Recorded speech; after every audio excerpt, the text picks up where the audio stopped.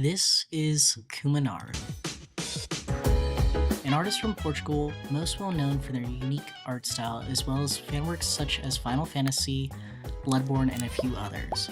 When I look at their work, I'm always stunned by the direction of their beautiful lighting and line art, as well as how expressive they make their characters. So I started asking myself, how did they do this? And how can I do something similar? So in this video, I'm going to break down some key elements in their work to see if I can use those techniques to fix my own illustrations.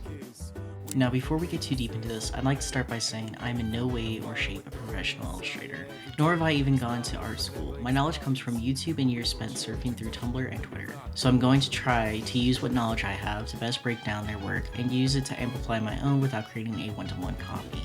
I'm going to start by breaking down a few key elements to Kumanaru's work. They often use thin line work, or sometimes completely lineless in their pieces.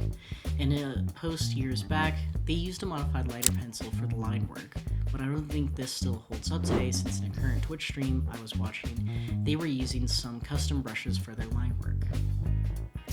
They have a good understanding of values, which makes for a good understanding of light as shown here and here. Subsurface scattering when it comes to their shading method. Subsurface scattering occurs when light passes through the surface of a translucent object, scatters, and then exits from a different location. Let's not forget about the most important part of their illustrations, the food. A key element that I often find myself gravitating towards whenever I see their work. So with that knowledge, I decided to try and challenge myself by creating a full illustration with 2 characters and a background in 1 week.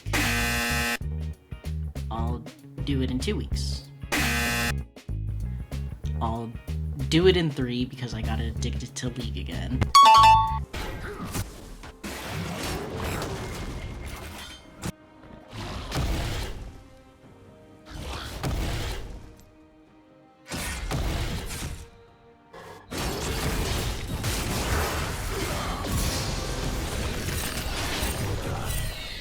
Starting off, I'm going to try and implement a few key features for Kumanaru's works. Big expressions, colors, lighting, and food.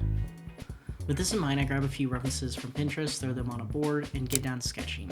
I try to keep in mind as I work on the sketching portion how I want the characters to interact as well as the placement of the food.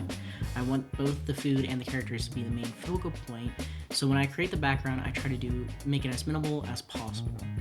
Once I have the base sketch down, I'll go back over it and make a more refined version of the sketch before getting into the line art. Unfortunately, I'm one of those people that like to use my sketches for line art, so actually using line art for this piece was kind of a pain. For the line art, I use a modified version of the darker pencil, which is a basic pen you get from Clip Studio Paint. I'll be honest, line art is not my strong suit, and trying to follow along with these thin lines as well as sometimes even lineless art is hard for me.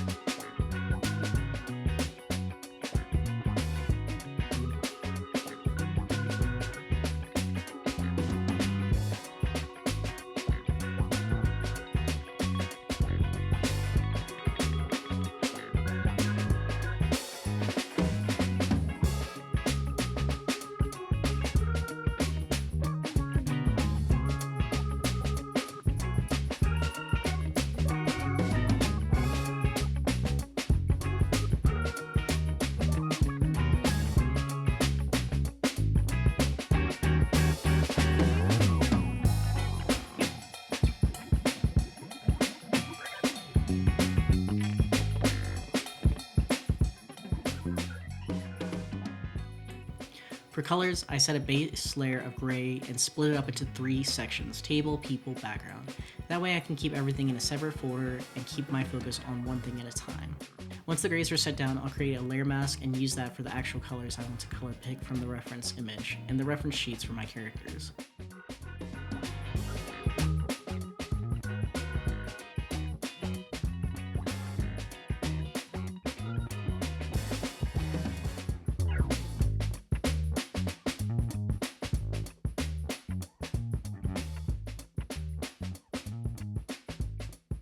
When it got to this point, I was only slightly tempted to stop the whole thing. The line art, as well as how bland the colors looked, wasn't scratching that neuron brain that I get when I look at Kumanaru's work. But instead of quitting, I just moved on to the next step, which is shading. Realistically, what I should have done is what most professional artists do when it comes to shading, and actually plan out which direction the light is coming from during the gray tones of their art. But I'm not a professional, so I throw out some light and dark colors in my mind's eyes, assume the light is above and behind them. Makes sense at the time.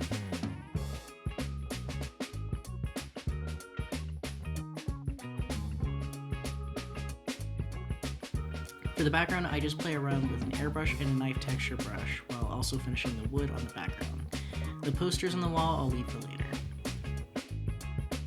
Satisfied with the background, I went back to my character and redo his hair, scene as it's nothing but a bland piece of dark gray, and use an outline layer on the G pen and darker pencil to create strands in the hair.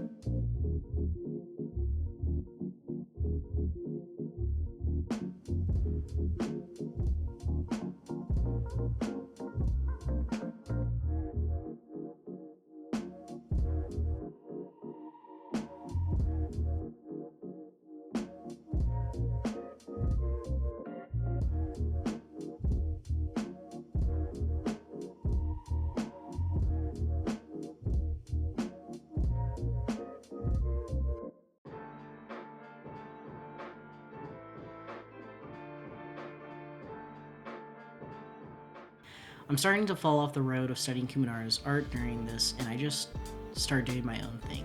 The last and longest portion of this piece went towards mastering the food. My favorite part about a lot of Kumanaru's pieces is the way they draw food. It kind of reminds me of how food is drawn in Ghibli studio movies, where it tends to have the semi-realistic look to it that makes your mouth water. To finish off the whole piece, I go back and fill in the posters in the background with some made up posters and give them a few shadows to give it a homely feeling. Before adding any last minute details I forgot, like the soju bottle and my character's arm tattoo. With that, I'll play around with some tone curves and make the red pop out a little more, and then I'm finished.